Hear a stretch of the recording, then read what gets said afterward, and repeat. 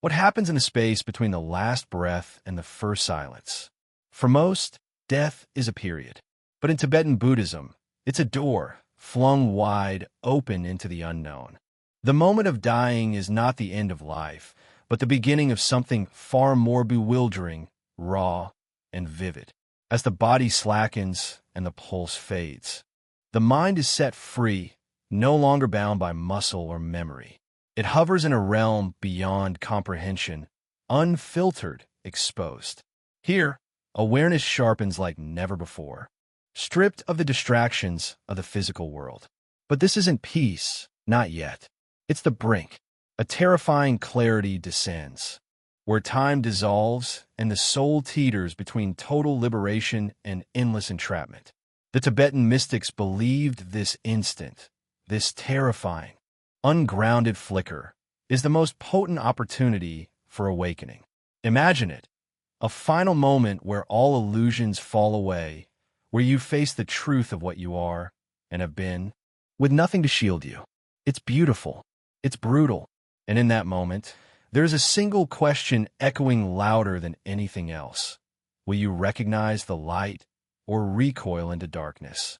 This is where the journey begins, not with life, but with its end. The Bardo Thodol is not merely a book. It is a whispered companion for the soul as it slips from the known into the uncharted, a spiritual map written not in ink, but in insight, forged for those navigating the fragile veil between death and rebirth. Often called the Tibetan Book of the Dead, this ancient text was never intended as light reading for the living. It is a guide for the dying, a sacred script meant to be read aloud beside the body, or committed to memory long before death arrives. But make no mistake, this is no soft lullaby. The Bardo Thodol is a fierce and compassionate voice calling out into the most disorienting hours of existence. It tells the soul what to expect, what to fear, what to recognize. It names the gods, the visions, the illusions. It warns of the seductive pull of attachment and the terrifying clarity of truth. And more importantly, it reminds us that even in the most chaotic moment of unraveling, freedom is still possible. Padmasambhava didn't create a text of comfort. He carved a torch from his understanding of death, suffering, and liberation. This text is that flame. In the silence after the last breath, when everything familiar collapses, Bardo Thodol speaks. It doesn't promise survival. It promises revelation. And for the soul brave enough to listen, it points to the exit, the one that leads not to another cycle of birth, but to awakening itself. This is not the end. This is the map home. Padmasambhava. His name rolls like thunder through the valleys of Tibet, echoing across centuries not as a man, but as a myth forged in spirit and storm. He wasn't born in the way mortals are said to arrive. Legend says he appeared miraculously on a lotus in a lake, already radiant with wisdom, already ablaze with purpose. To the Tibetans, he is not merely a teacher. He is Guru Rinpoche, the precious master, the one who saw through the veil of illusion and came back to show others the way. When King Trisong Detson summoned him to a land where shamans and spirits ruled, where Bon deities resisted the rise of Buddhism, Padmasambhava did not come to preach. He came to conquer chaos. With mantras on his breath and tantric fire in his veins, he faced the wild spirits not with force, but with understanding. He didn't destroy them. He transformed them. This was his genius, merging the old with the new, creating not division, but depth. From that fire was born Sami, Tibet's first monastery. And from Padmasambhava's insight came teachings so profound they stretched beyond life itself. He knew death was not the end. It was a mirror. And in that mirror, he saw lost souls frightened, confused, seeking light. So he gave them the Bardo Thodol, a beacon for the spirit, a bridge for the seeker. He wasn't just a guru, he was the architect of spiritual survival, a revolutionary of the invisible realms. His legacy? A path through death into the eternal.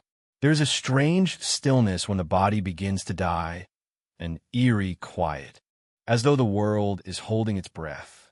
But within, something begins to stir. As flesh unravels and heartbeat fades, the mind awakens, not in fear, but in unfamiliar freedom. It is like the soul slipping out of a cage it never realized it was in. For the first time, unshackled from the senses, the mind sees without eyes, hears without ears. This is not the end. It is a dangerous beginning. In the teachings of Padmasambhava, this is the sacred moment, the doorway when awareness becomes unfiltered, no longer dulled by the distractions of the body. It is the moment when the truth of all things begins to shimmer through the cracks of physical existence. But don't mistake this for serenity. What comes is vast and often terrifying.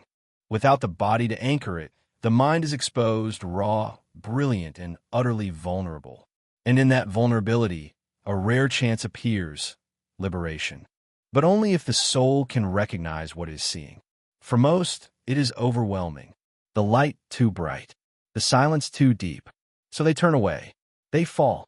But for the prepared, for those who practiced mindfulness, meditation, detachment, this moment is a threshold to freedom.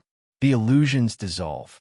The self is seen, and the cycle of suffering can be broken. The body may have died, but awareness is more alive than ever. This is the hidden power of death, not destruction, but revelation.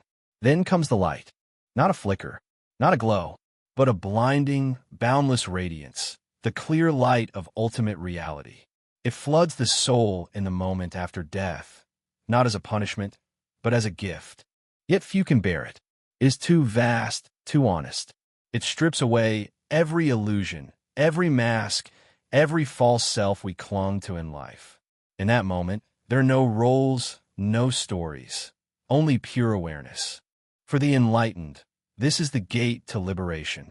Recognize the clear light, and you are free forever. No more cycles, no more suffering, just stillness, peace, truth. But for most souls, it is overwhelming. The light is too pure, too alien to the mind that has been conditioned by fear, desire, and ego. And so, they recoil. They look away. They fall back into confusion.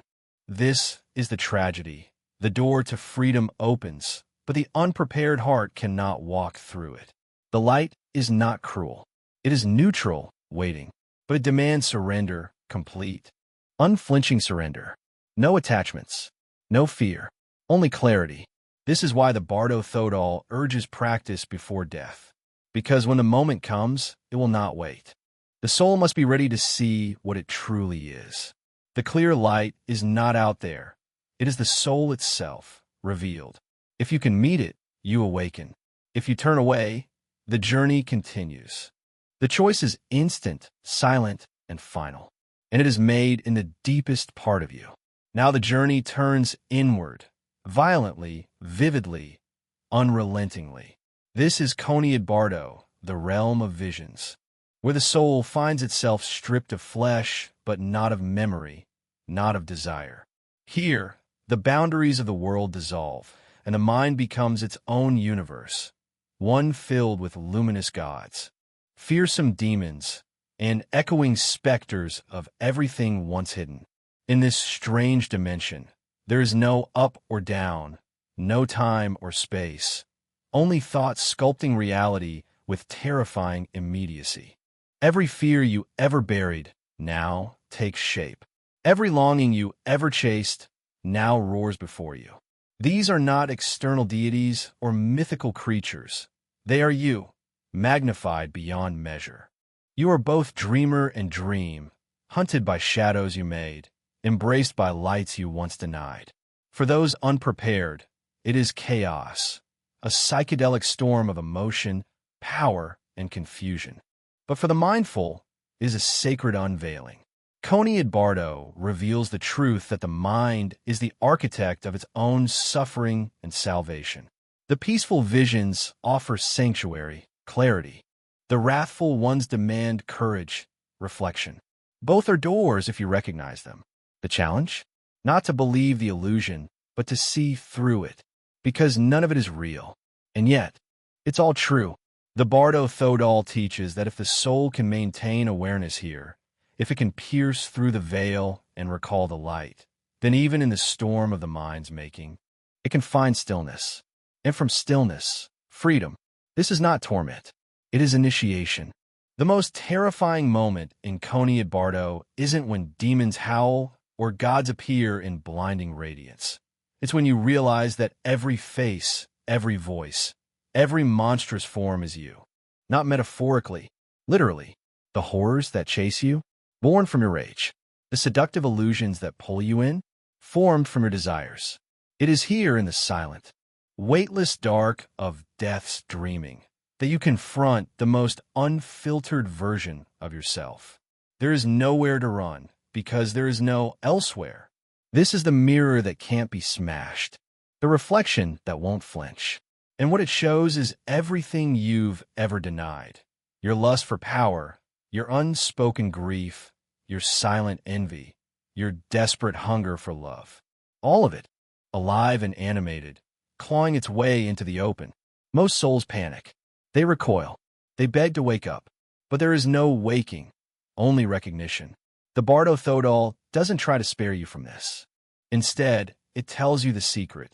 These visions are not punishments, but teachers. If you can see through them, if you can say, I know you, you are part of me, they lose their power. The fear begins to dissolve. The shadows lose form. You stop running, and in that stillness, something extraordinary happens. You reclaim yourself. In this realm where the self seems fractured into 1,000 faces, true liberation lies in wholeness. Face your inner ghosts not with terror, but with tenderness, because the only way out is through. In the surreal theater of Chönyid Bardo, visions rise like waves, some serene, others savage. At first, the soul is greeted by peaceful deities, luminous and gentle, their presence offering a balm to the disoriented spirit. These beings radiate compassion, wisdom, and clarity, the embodied light of one's own highest potential. But to the untrained mind, even serenity can feel unfamiliar, overwhelming. The soul, unsure and hesitant, may shrink away from the very peace it once claimed to desire. And then, the stage darkens. The wrathful deities appear, not as enemies, but as a storm of suppressed emotion, trauma, and karmic residue, made grotesquely vivid. They snarl, roar, contort into shapes that would terrify even the bravest dreamer. But they are not monsters. They are mirrors. Every scream, every sharp-toothed gaze is an echo of something unhealed, denied, or clung to in life. The peaceful and the wrathful, two sides of the same mind. Both come not to harm, but to teach. The Bardo Thodol calls us to recognize this truth, that these visions are mind made manifest. They are not external judges, but internal truths begging to be seen. Those who panic will spiral deeper into illusion. But those who stay grounded, who observe rather than react, can find clarity in the chaos.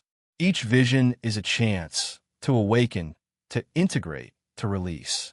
If the soul can hold fast to awareness, even the most terrifying form may become a gateway. In this strange realm, nothing is as it seems, yet everything matters. In the realm of Chönyid Bardo, two forces rise like twin tides, dragging the soul further from liberation, fear, and attachment. They are ancient companions, disguised as instincts, but in truth, they are chains, gilded, seductive, unrelenting. Fear makes the soul tremble before the wrathful visions, mistaking inner shadows for real threats. It urges retreat, resistance, panic. Meanwhile, attachment clings tightly to the peaceful visions, yearning to stay, to hold, to merge with what feels comforting or familiar. But both reactions are traps. In the teachings of Bardo Thodol, even the most radiant vision is still illusion if the soul forgets its nature. Fear leads to rejection. Attachment leads to entrapment. Both anchor the soul in samsara, the endless cycle of death and rebirth. The path to liberation is not found in running nor in reaching. It is found in recognizing. recognizing that the peaceful gods and the furious demons are nothing but reflections in the mirror of mind. Recognizing that beauty and terror are both impermanent. That nothing, not even the visions of the divine, can save you if you do not see through them. Fear blinds, attachment binds, but awareness liberates. If the soul can let go, not out of apathy, but with clarity, it begins to rise beyond the illusions. The Bardo Thodol teaches that freedom is not granted by external forces. It is claimed in the stillness that follows surrender. To transcend the Bardo, one must meet both terror and ecstasy with open eyes and an open heart. Beneath every dazzling vision, beneath every terrifying illusion, lies a single truth whispered through the Bardo Thodol: emptiness. Known in Tibetan Buddhism as shunyata, this is not a void of despair, but a spaciousness full of possibility, a radiant silence beyond all form. Everything the soul sees in the Bardo, gods, monsters, even the self, is merely a projection dancing on this canvas of emptiness. The peaceful deities, no matter how glorious, are not eternal. The wrathful spirits, no matter how horrifying, are not real. They're like waves rising and falling on the surface of a vast ocean. And the ocean is mind, limitless, luminous, untouched. If the soul can remember this, if it can anchor itself in the understanding that all phenomena are fleeting, insubstantial, and born from mind, it becomes free. Not because the visions disappear, but because their power dissolves. The storm still rages, but it no longer shakes you. You become the still point at the center of it all. This is the heart of Buddhist wisdom, not to destroy the world of illusion, but to see through it, to gaze at the terrifying face of a Bardo demon and realize it is empty, to feel desire for a radiant vision and remember it is a dream. And in that knowing, you awaken. Shunyata is not cold or hollow. It is the soft, endless sky beneath the clouds. It is the light that remains when the show ends. And it is always there waiting, behind every heartbeat of fear or hope. As the soul drifts further from the realm of visions, it enters the Sidpa Bardo, the final, fevered act of the journey. This is the Bardo of becoming, where the pressure to exist again builds like a storm behind the eyes. By now, the soul has passed through the blinding light and the haunting mirror of its own mind. But here in Sidpa, it is pulled toward rebirth, not by logic, not by conscious decision, but by a deep, magnetic hunger. A hunger to be again. This craving isn't random. It is sculpted by karma, the accumulated impressions of every thought, every action, every intention carried over from life. These karmic imprints act like hidden winds, pushing the soul toward a new existence, a new body, a new identity. The soul begins to see visions of parents in union, symbolic doorways through which it might re-enter the world. Desire grips tightly now. Fear joins it. And unless the soul is extraordinarily aware, it will be swept away, choosing a life not from wisdom, but from unresolved longing. The Bardo Thodol teaches that this is the final moment where liberation is still possible, but only if the soul can remain still in the chaos. If it can resist the pull, recognize the illusion of form, and remember its true nature, it can avoid the wheel of rebirth entirely. But that clarity must cut through a storm of instincts. Sidpa is the edge of becoming or the edge of freedom. The choice hangs by a thread. Rebirth doesn't arrive like a choice. It crashes like a wave. In Sidpa Bardo, the soul is no longer drifting. It is spiraling, pulled by an invisible force forged from its own karma. The visions become urgent, visceral. The images of lovers in union aren't symbolic anymore. They are portals, invitations, magnetic fields. And the soul, aching for identity, reaches. It reaches not because it truly understands what lies ahead, but because the pull is familiar. It wants to feel again, to be held, to exist. But this longing is not liberation. It's illusion wrapped in instinct. The Bardo Thodol reveals the haunting truth. Most beings are reborn not out of wisdom, but out of unconscious need. They chase comfort, cling to form, run from the terrifying freedom of the void. And so they fall into a new body, a new story, a new cycle of suffering and forgetfulness. But it doesn't have to be this way. The text pleads for awareness. Recognize the desire before it becomes destiny. See the vision and know it is dream. In that instant of clarity, the soul has a final chance, not to reject life, but to rise above compulsion, to choose silence over noise, stillness over repetition. If the soul resists the pull and rests in its own luminous nature, it can dissolve into the clear light, escaping the wheel altogether. But that window is narrow, that moment fleeting. Rebirth is not failure, but it is delay. The question is, will you awaken or return? Liberation or loop? That is the final threshold. And the most haunting truth of the Bardo Thodol is this. Freedom is always possible, but so few take it. Most souls, unprepared, rush back into the fire they just escaped. Not because they want suffering, but because they can't let go. They mistake illusion for truth, emotion for guidance, and desire for destiny. But the teachings are clear. Every stage of the Bardo, light, visions, temptations, is not a trap. It's a mirror, and every mirror offers a chance to see. This is the fierce compassion at the heart of Padmasambhava's gift. He didn't promise safety. He offered insight. The Bardo is brutal only if you resist it, terrifying only if you believe it's real. But to the soul who remembers, who has practiced awareness in life, these challenges become gateways. Every light, every shadow says, wake up. An awakening isn't grand or loud. It's the quiet act of recognition. The soul that sees clearly doesn't fight divisions or flee from desire. It watches. It understands. And in that stillness, it steps free from the wheel of rebirth. That's the power of preparation. The Bardo is not a punishment. It's a second chance. But the time to prepare is now, while you're alive, breathing, choosing. The text asks, are you willing to see yourself without flinching? Are you willing to let go of everything you think you are? Because the moment of death won't wait. And when it comes, what you practice becomes what you are. The Bardo Thodol is not a tale of death.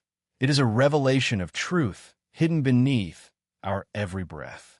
Across its 13 stages, we see that dying is not the end, but a mirror reflecting the deepest corners of the self. From the blinding light of liberation to the haunting pull of rebirth, every vision, fear, and desire is an invitation to awaken. Padmasambhava's wisdom teaches us that the path to freedom lies not beyond life, but within it. The journey through the bardos begins now, through awareness, courage, and a willingness to see clearly before the veil ever falls.